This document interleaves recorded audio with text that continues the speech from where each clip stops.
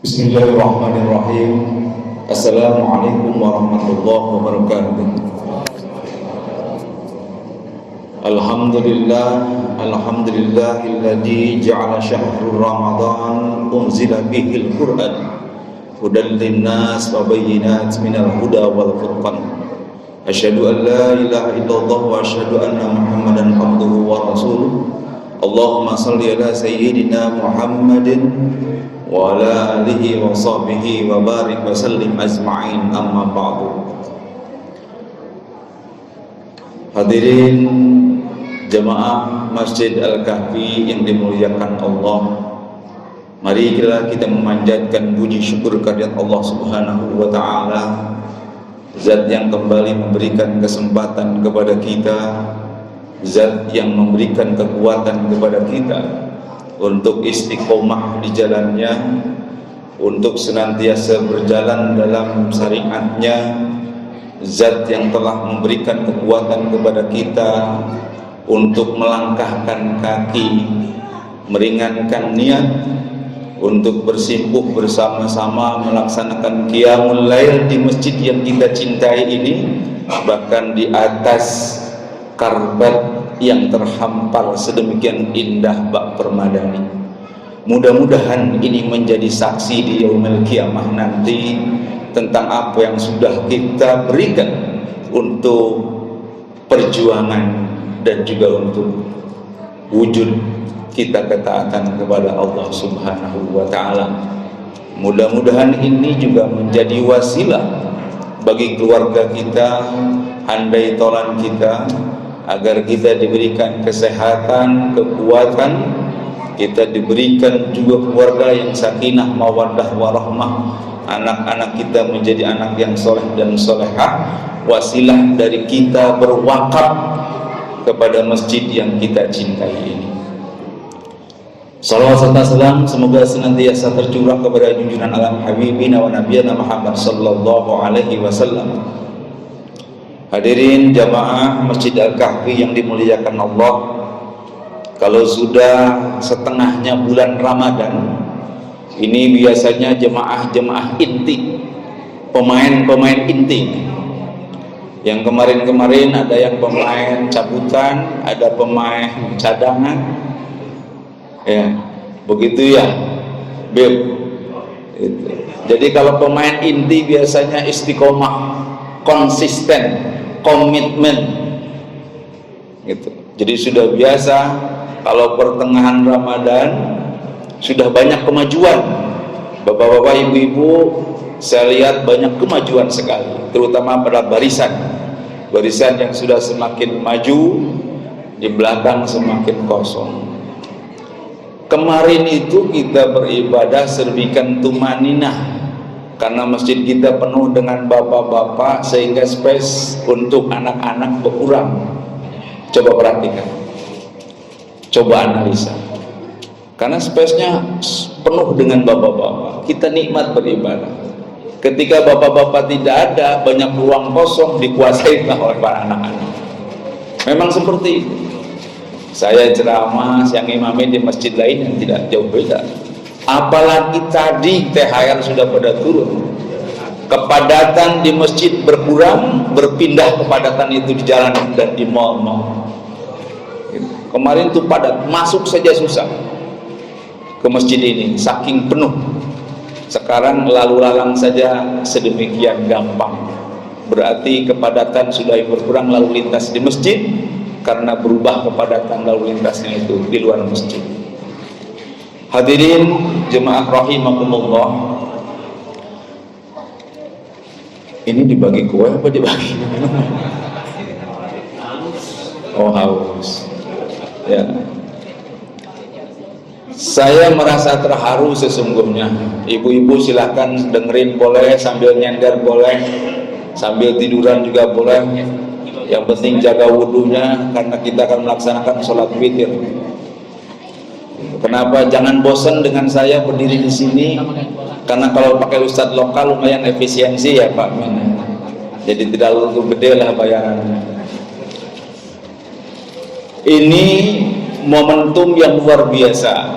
terutama kita di masjid ini ada sesuatu yang patut kita banggakan. Bayangkan, pertama saya berdiri di sini di awal Ramadan, malam pertama ya Bi, pada saat Haji Ngadmin kita sebelumnya sepakat bahwa kita akan mengganti karpet masjid ini. Ini kita prolog sebelum masuk ke masalah nuzulul Quran. Sebelumnya atau sebenarnya agak sedikit khawatir saya, apa betul bulan puasa ini kita bisa mengganti karpet yang karpetnya juga karpet paling mahal. Ini saya sampaikan ya, karpet paling bagus, boleh dicek, dikomparasi dengan masjid lain gak bakal kalah. Sebenarnya kita agak was-was apa betul, tetapi saya dikasih semangat pada saat insya Allah Pak Haji kita kelar. Pak Min dengan semangat yang luar biasa sampai tadi itu sampai sahur ya Pak Min, mengawal tukang memasang karpet sampai sahur. Wallahi boleh ditanya, kita tidak kuat sampai subuh, bahkan sampai jam 4 kita sudah nggak kuat pulang. Agar apa? Agar Jumat bisa dipakai oleh jamaah. Dan ketika laporan terakhir saya bilang berapa lagi Pak Min, ternyata sudah nol, semuanya terkapar oleh jamaah. Subhanallah. Bayangkan baru berapa minggu kita puasa? 16 hari ya Pak, di 2 minggu lebih lah. Target saya itu mudah-mudahan akhir puasa selesai, ternyata setengah. Jadi sesungguhnya beragama itu tidak cukup dengan kata-kata, dengan nasihat, memang harus sesuatu yang action, dan itu dibuktikan dengan kita. Alhamdulillah saya bersyukur dengan jemaah Al-Kahfi ini, baik yang dari geria maupun dari luar geria, yang senantiasa support. Banyak hal yang tidak terduga ketika diminta, halnya seperti ingat ketika Muhajirin datang ke Ansor untuk mendirikan masjid, sampai baginda Rasul beserta sahabat menawarkan siapa yang tanahnya bisa digunakan. Dan saat ini pun seperti itu, kita menawarkan, dan berbahagialah orang-orang yang mau terlibat dan menjadi bagian dari masjid ini. Mudah-mudahan ini menjadi wasilah keberkahan kita semua, amin ya rabbal alamin. Al-Quran, sekali lagi Al-Quran diturunkan pada bulan Ramadan. Jelas, syahrul Ramadan alladzi unzila fihi al-Qur'an hudal linnas wa bayyinat minal huda wal furqan. Itulah yang membedakan dan yang menjadikan Ramadan sedemikian rupa hebat, bulan yang diagungkan, dinanti-nantikan dan memiliki keistimewaan, di antaranya karena turunnya Al-Qur'an pada saat itu, pada malam Lailatul Qadar. Kita patut berbangga jika ini kita akui sebagai kitab suci. Boleh dikomparasi, kalau di perbandingan agama dipelajari, satu-satunya kitab suci yang 14 abad yang lalu sampai saat ini memiliki keotentikan yang murni, tidak ada di situ pemalsuan, bahkan distorsi seperti kitab-kitab lainnya. Boleh dicek. Mohon izin, mungkin minhum itu maksudnya agama lain, kitab sucinya banyak terjadi atau terjadi perbedaan, baik redaksi, kalimat dan seterusnya. Yang lama, yang perjanjian baru, yang Lukas, Matius dan seterusnya, silakan. Ataupun Torah itu kitabnya Yahudi, kalau kita Taurat silahkan juga. Tetapi Al-Quran, kenapa tidak ada satupun yang bisa berubah? Karena jaminannya diberikan oleh yang menurunkannya, yaitu Allah Subhanahu wa ta'ala. Inna nahnu nazzalna dzikra wa inna lahu lahafidun. Bayangkan, jaminan itu silahkan, tidak ada yang bisa. Apakah Al-Quran terjadi usaha pemalsuan? Ada, bahkan bukan zaman sekarang saja. Dari zaman Nabi pun pernah dengar kisah Musailamah Al-Kadzab. Musailamah disebut Al-Kadzdzab, itu tukang hibul, tukang bohong, ngaku nabi.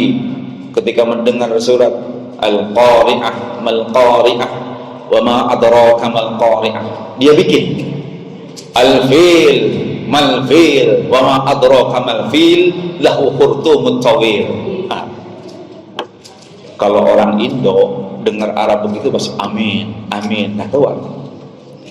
Padahal lagu percintaan atau lagu apa, yang penting ada Arab-Arabnya. Jadi Musailamah itu ternyata bisa. Kalau cuma bikin ayat seperti Al-Quran, kita juga bisa.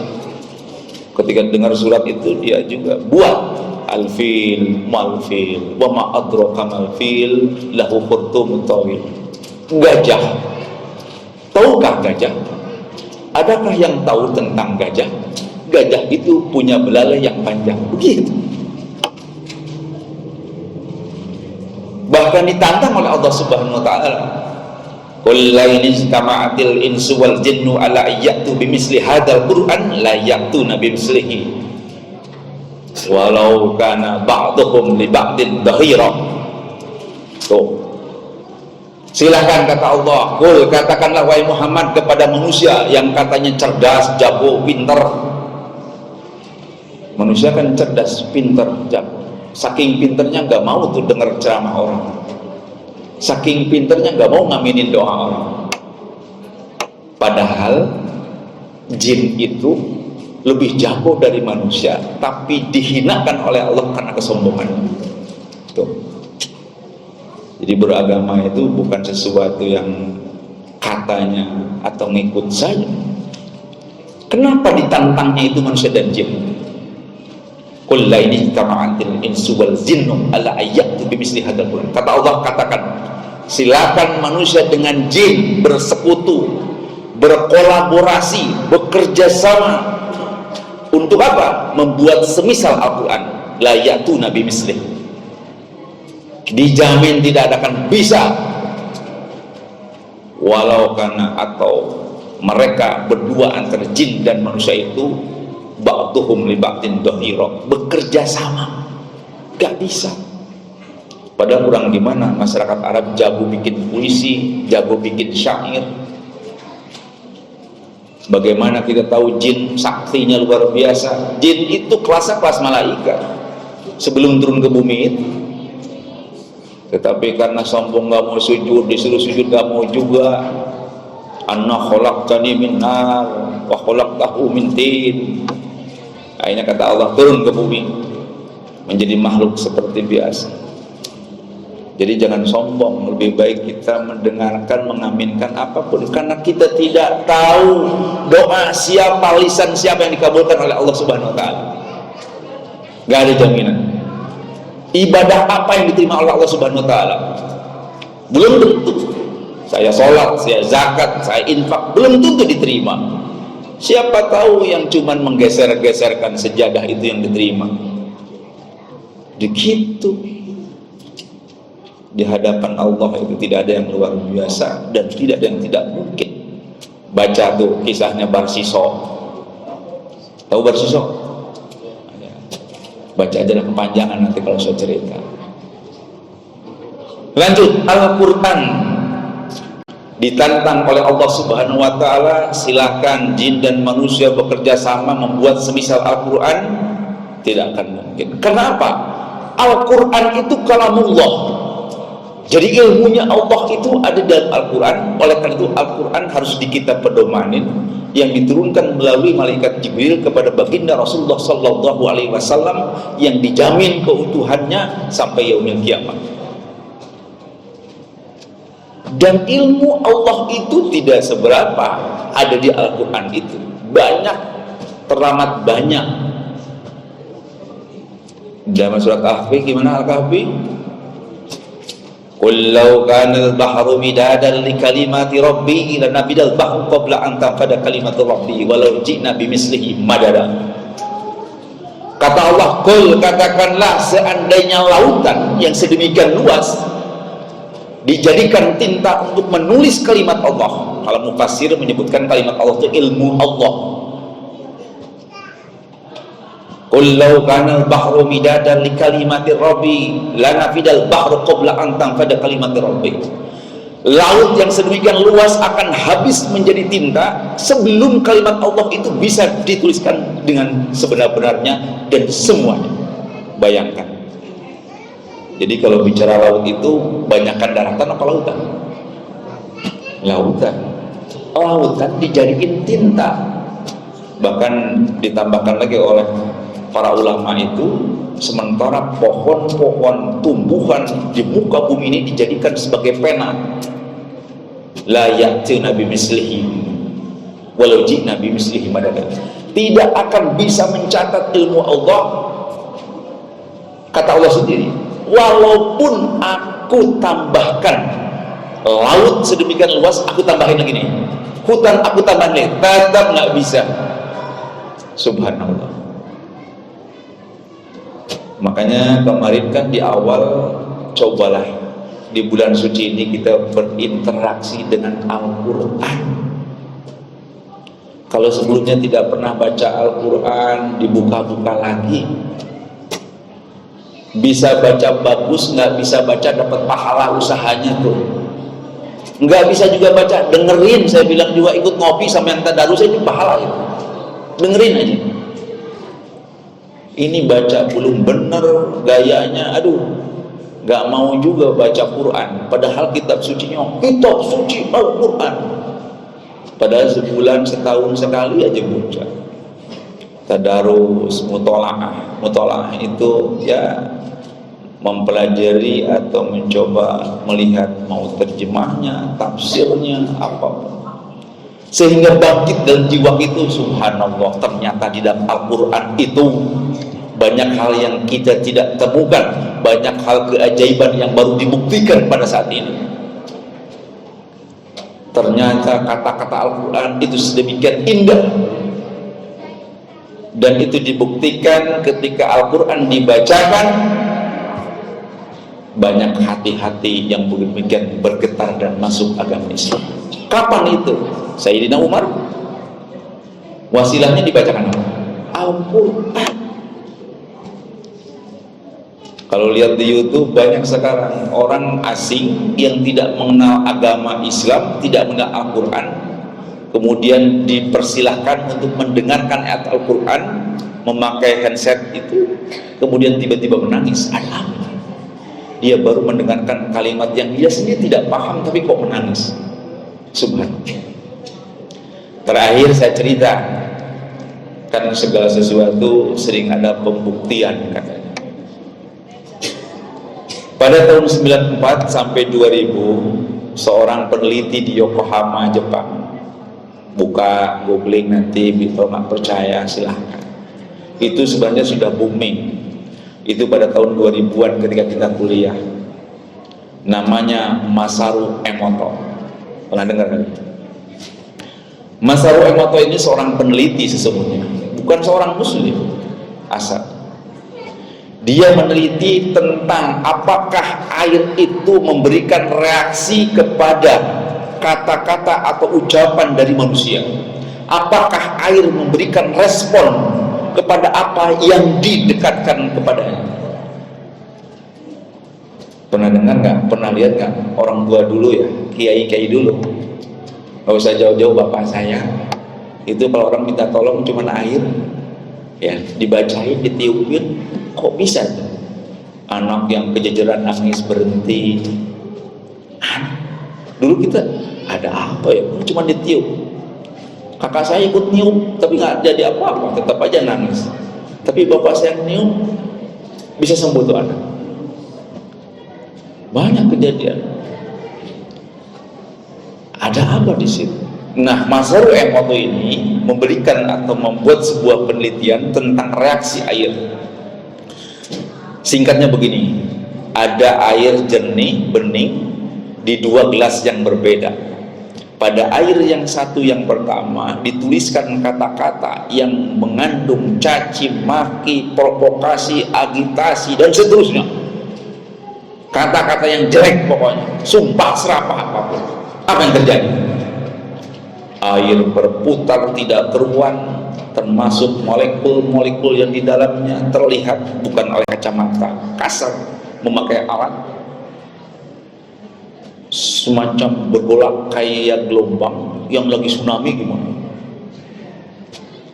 Sekarang ganti, oke, objeknya sama air, kemudian ditempelkan kata-kata, di situ ada kebaikan, kejujuran, kesolehan, kata bijak, penuh hikmah. Apa yang terjadi? Ternyata air berubah menjadi molekul-molekul, mengkristal, menjadi sesuatu yang terlihat indah. Kalau di buku itu dilihatkan bentuknya itu mengkristal itu. Jadi kalau air di danau ini ketika diucapkan kayak kata-kata itu bentuknya beda. Jadi melakukan penelitian itu di berbagai tempat yang berbeda dengan objek air, sehingga dia menulis sebuah buku namanya The Hidden Message of Water. Jadi ada pesan yang tersembunyi di dalam air, kenapa air bisa bereaksi terhadap kata-kata yang diucapkan oleh manusia. Apa korelasinya? Saya tanya, di tubuh kita kira-kira ada air berapa persen? Berapa? Tuh, orang Fatmawati bilang 83% ya. Ada yang bilang 70%. Banyakan air apa banyakan daging, Beb? Air. Bener nggak? Air. Tubuh manusia itu banyak air, boleh dicek. Kalau kita tidak makan 2 hari dengan tidak minum 2 hari, beda nggak, Beb? Beda. Abi aja kurang minum langsung suaranya berubah. Bener. Burung saya kalau nggak dikasih minum mati itu, tapi kalau dikasih makan 2 hari nggak dikasih minum mati. Kalau cuman dikasih makan doang keselak deh. Jadi tubuh kita ini terdiri dari air banyaknya 70% sampai 80%. Sekarang bagaimana gitu ketika kita mengumandangkan kalimat-kalimat thayyibah, kita percaya nggak? Al-Quran isinya apa? Kebaikan apa kebohongan? Baikan kan?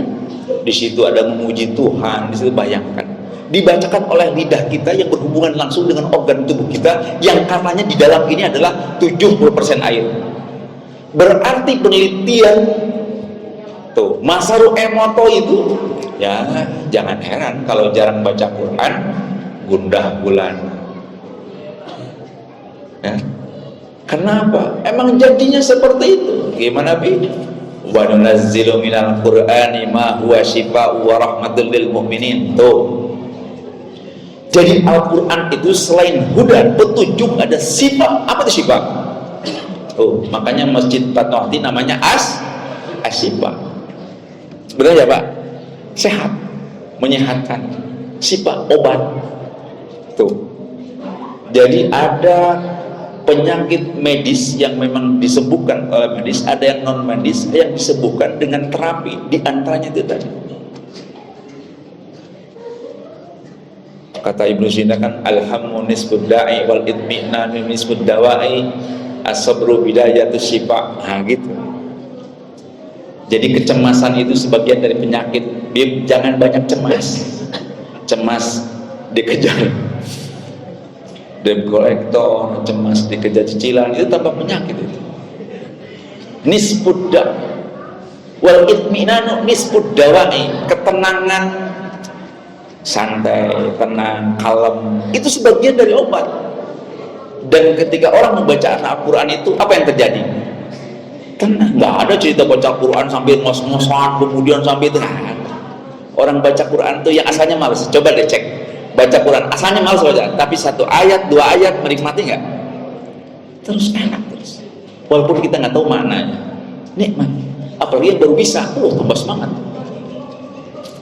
Jadi sekali lagi, di momen yang baik ini, di bulan Ramadan, coba kembali berinteraksi semaksimal mungkin, sebisa kita lah.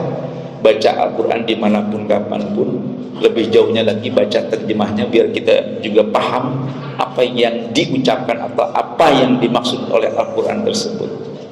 Dan hal ini tidak akan sia-sia di hadapan Allah Subhanahu wa Ta'ala. 1 huruf akan diberikan pahala 10 bahkan 700 pahala di bulan suci. Dan jangan lupa senantiasa dawam di masjid kita ini atau di rumah kita ini, sekiranya memang ada kesempatan baca Al-Quran, maka keberkahan akan senantiasa menyelimuti rumah dan keluarga tersebut. Demikian, mudah-mudahan ada manfaatnya. Hadanallahu wa iyyakum ajma'in. Assalamualaikum warahmatullahi wabarakatuh.